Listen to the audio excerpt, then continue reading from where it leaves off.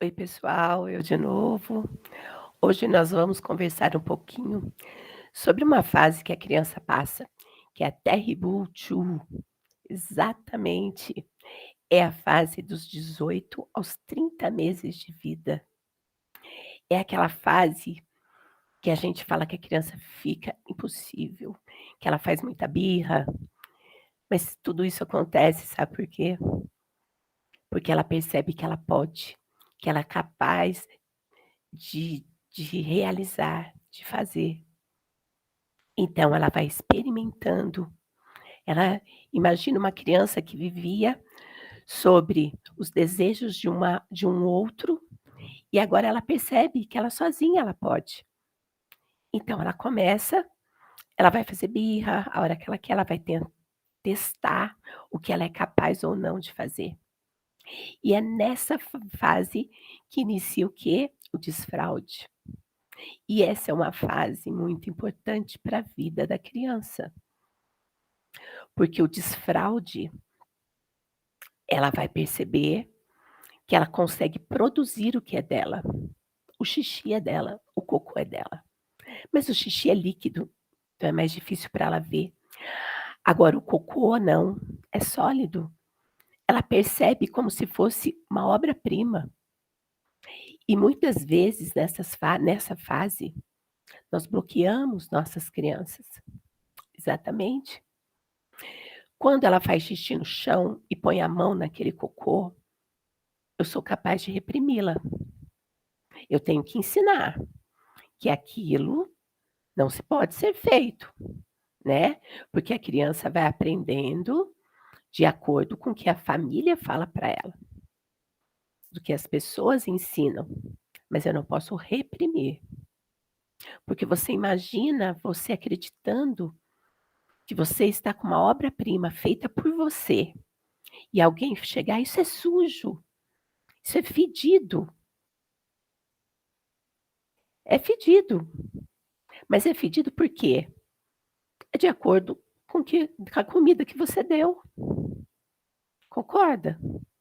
Quantas crianças comem açúcar antes dos 2 anos? O açúcar deu esse mau cheiro medonho no cocô.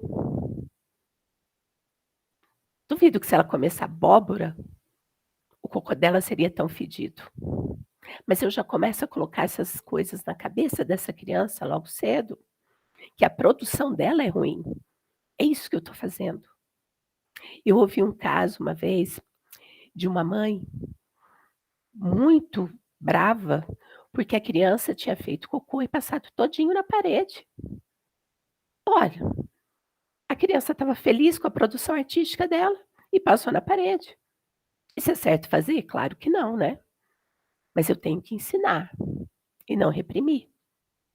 Essa mãe pegou e deu uma surra na criança, uma criança de 2 anos. Ela bateu, ela reprimiu. Isso está certo? Com certeza não. E isso vai dar muitas sequelas nessa criança.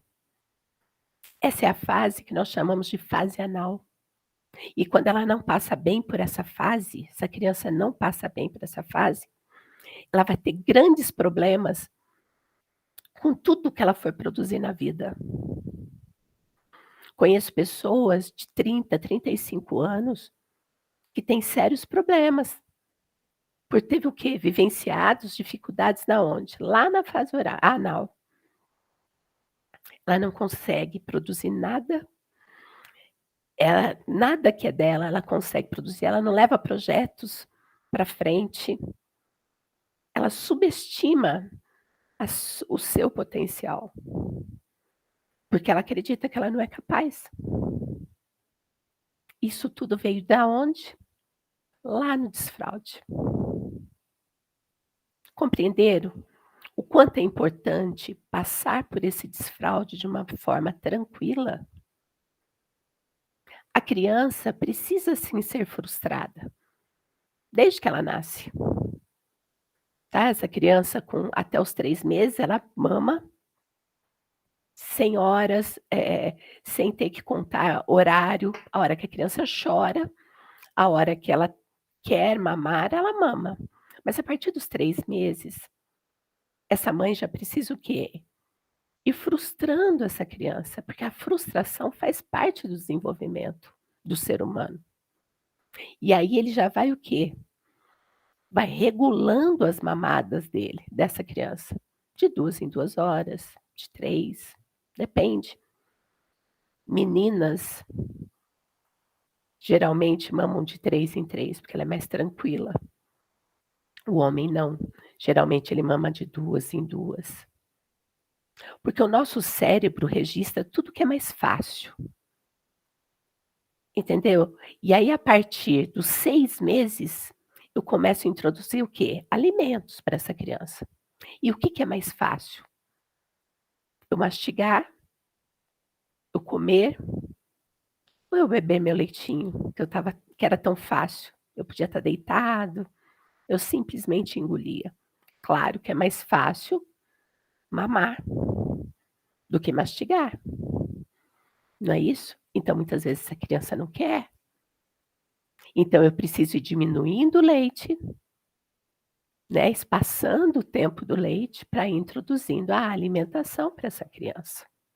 Isso é muito importante. Mas muitas vezes, por ser cômodo também para a mãe, como eu disse, o nosso cérebro registra o que é mais fácil. O que que eu faço? Ah, ele não está afim de comer, vou dar leite. E substituo a comida pelo leite. Ah, mas ele come tão pouquinho, ele vai ficar doente, então eu vou complementar com leite. E ele nunca vai querer comer. Criança aprende o que a gente ensina. Se eu for fazer uma papinha para essa criança, eu colocar sempre caldinho de feijão com batata esmagada, é mais fácil do que lá na frente eu comer o quê? Carne, morder numa carne, morder em algo mais sólido. Aí o que que acontece? Eu passo o tempo de ensinar essa criança dando batata esmagada com carne triturada e feijão. Aí quando ela está com 7, 8 anos, eu quero que ela coma brócolis. Como assim? Aí eu falo: "Esse menino não come nada". Quem foi que ensinou? Então, nós temos que pensar a respeito disso. A clínica é capaz de fazer isso? Claro que é.